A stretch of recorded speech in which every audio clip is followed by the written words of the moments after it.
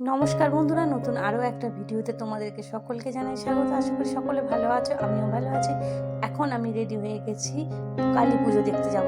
কোথায় যাব চলো সেটা না তোমাদেরকে রাস্তায় যেতে যেতেই বলি। এখন আমি আর মা দুজনে যাব, কারণ এখন আমাদের সঙ্গী শাশুড়ি বৌমা ছাড়া হয় না, কারণ নিয়ে যাবার কেউ নেই। সৌমেন তো থাকে দোকানে, ও সব সময় হয় না, আর সব কিছুতেই হ্যাঁ বলে না।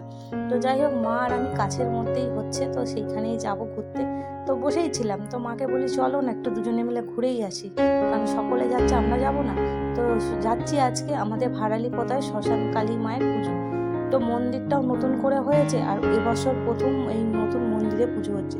তো মাকে অনেক কষ্টের বলাতে মা রাজি হয়েছে, আর এইখান থেকেই শুরু হয়ে গেছে পুজোর লাইটিংয়ের গেট। তো বেশ শ্মশানের মধ্যে তোমাদেরকে দেখিয়েছিলাম পঞ্চবটী যখন শ্মশানে গেছিলাম, যে ওখানে কালী পুজো আসছে। তো এখন আজকে হচ্ছে সেই শ্মশান কালী পুজোর। তো এই যে মা আমি দুজনে বেরিয়ে পড়েছি, আর এটা আমাদের গ্রামের রাস্তা দিয়ে খুব 5-7 মিনিটের রাস্তা, এখান থেকে একটুখানি গেলেই পুজো। আর ওই যে দূরে দেখো, ওখানে হচ্ছে পুজো, আর রাস্তাটা কি সুন্দর লাগছে না? এটা হচ্ছে আমাদের এখান থেকেও বাঁধে যাওয়া যায়, পঞ্চবটী যাওয়া যায়, তো এখান থেকেও বেশ রাস্তাটা সুন্দর লাগছে, তাই না? আর গ্রামের এলাকার রাস্তাঘাটগুলো দেখবে একটু অন্যরকমই লাগে, রাতের বেলা একরকম লাগে, দিনের বেলা একরকম লাগে, তাই না? তো বেশ প্রকৃতিতে ঘেরা মধ্যে আছে মায়ের মন্দিরটা, বেশ খুবই সুন্দর। আর এমনই জায়গায় মন্দিরটা হয়ে আছে যে কোনো মানুষেরই খুব ভালো লাগার মতো। রাস্তা বলো, মন্দিরটাই বলো, খুবই সুন্দর একটা। তো বেশ শ্মশান কালী পুজোগুলো মাঝে মাঝে হচ্ছে বলে না, তবু মানুষের জমায়েতটা বেশ ভালোই হয়। তো চলো, এখন আমি মন্দির প্রাঙ্গণে চলে এসেছি। তো মন্দিরটা তোমাদের সবার আগে ঘুরিয়ে দেখা। মন্দিরের ডেকোরেশন থেকে শুরু করে লাইটিং থেকে বলো আর কালার বলো, সব কিছুটাই নতুনত্বের ছোঁয়ায় ভরিয়ে গেছে, আর এত সুন্দরভাবে সাজিয়েছে না, দেখে মুগ্ধ হয়ে গেল।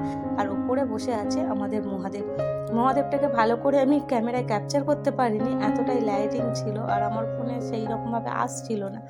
তো যতটা পেরেছি তোমাদেরকে দেখাচ্ছি, চলো তোমরা দেখো। আর এই যে মায়ের রূপ, মায়ের মূর্তি, তো এখনও সম্পূর্ণভাবে ফুলের কোনো সাজ হয়নি, কারণ আমরা তো শাশুড়ি বৌমা মিলে 8টার সময় চলে এসেছি, আর পুজো তো ধরো রাত্রি 10টার পর শুরু হয়। তো সারা রাতের পুজো যেহেতু, তো এখন সমস্ত কিছুটা ফুল বলো, জিনিস বলো, সব এই যে রেডি করে রাখা হয়েছে, এখনও মায়ের অঙ্গে ছোঁয়ানো হয়নি। আর এদিকে ঠাকুরমশাই এসে তার টুকটাক যে শুরুর আরম্ভের যে কাজগুলো, সেইগুলো প্রস্তুতি পর্বে চলছে। এই যে এখানে ঠাকুরমশাই বসে পড়েছে সব রেডি করতে, কারণ পুজো তো রাত করে হবে, আর এখন সেইভাবেও হয় না যে সব কিছুটা সুন্দরভাবে দেখতে পাবো। তাই যতটা পারছি দেখে গেছি, তোমাদেরকেও দেখাচ্ছি।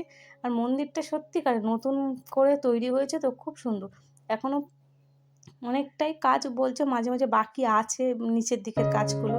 আর ওইটা চুল্লিটা কত সুন্দরভাবে সাজিয়েছে দেখো, তো বেশ ভালো লাগছে। আর ভিড়টা দেখেছো, 8টার সময় এত ভিড় হয়ে গেছে, রাত্রিবেলা তাহলে কত ভিড় হবে।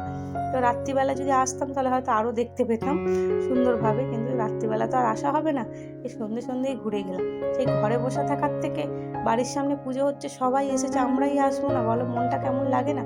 কানেতে যাচ্ছে মায়ের পুজোর গান, ঢাকের আওয়াজ, তো বাড়িতে আর মনটা থাকছিল না, শুধু মাকে বলছি চলো না ঘুরে আসি। আর এখানে খিচুড়ি খাওয়াবার ভোগের আয়োজন হয়েছে। তো দেখো, এখানে চেয়ার টেবিল করেই যে প্রত্যেক বছর এইভাবেই খাওয়ানো দাওয়ানো হয়, প্রচুর ভক্ত আসে এখানে মায়ের ভোগ খাওয়ার জন্য। তো আমি আর মা বলছিলাম খাবো, কিন্তু আর খাওয়া হলো না। এবার চলো একটুখানি টুকটাক মেলাগুলো যেটুকু বসেছে সেটুকু একটুখানি চক্কর মেরে চলে আসি। আর এখানে মেলায় আসার পর জানো তো, দাদুর সঙ্গে দেখা হয়ে গেল। দাদু আমাদের পাশে বাড়ি দাদু, দাদু দেখে কি খাবে ব্যাস এইটাই নিয়েই ব্যস্ত। তো যেহেতু দিনটা ছিল শনিবার, তো পেঁয়াজ ডিম তো খাবো না, তো যার কারণে একটুখানি নিরামিষিতে ঘুগনি ছিল, ঘুগনি খেলাম। আর কি খাবো সেটাই ভাবছি। তো আইসক্রিম তো খেতেও ইচ্ছা হচ্ছে ঠিকই, কিন্তু মন চাইছে না। আর কি ঘুগনির মধ্যে দেখেছো কি সুন্দর তেঁতুলের জলটা দিয়েছে, ভীষণই ভালো। কারণ স্যালাড নিই, কারণ স্যালাডে আছে পেঁয়াজ, তো আজকে পেঁয়াজ খাবো না, তো যার কারণে ঝুড়ি ভাজা তেঁতুলের জল দিই নিরামিষি ঘুগনিটা খেয়ে নিলাম। তো সবশেষে দাদু বলে কিছু তো কিনে দেবো, তো ওই যে আমার ফেভারিট নিমকি ভাজা।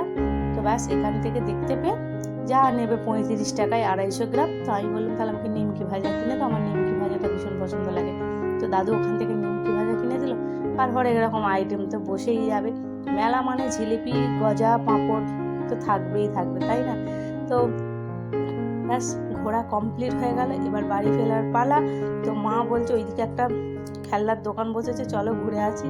কিনি আর নাই কিনি, ঘুরে আসাটা আমাদের মাস্ট। এখন দেখি আমার মতো আমার শাশুড়িরও ছোঁয়া লেগে গেছে, কিনি আর না কিনি ঘেঁটে ঘুঁটে চলে আসি।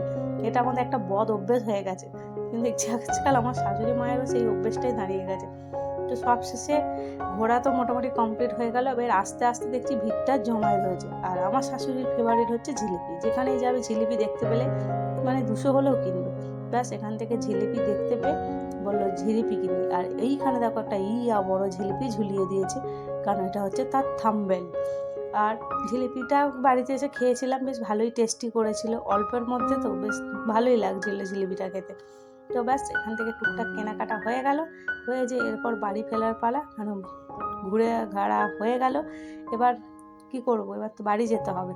আর লাইটিংটা কি সুন্দর লাগছে না, আমার তো বেশ ভালো লাগছিল। আর কত ছোটো ছোটো বাচ্চাগুলো জানো তো, এগুলো লাইটিংগুলোর ওই আলোগুলোকে ধরতে যাচ্ছে, বেশ দেখে মজা লাগছিল কিন্তু।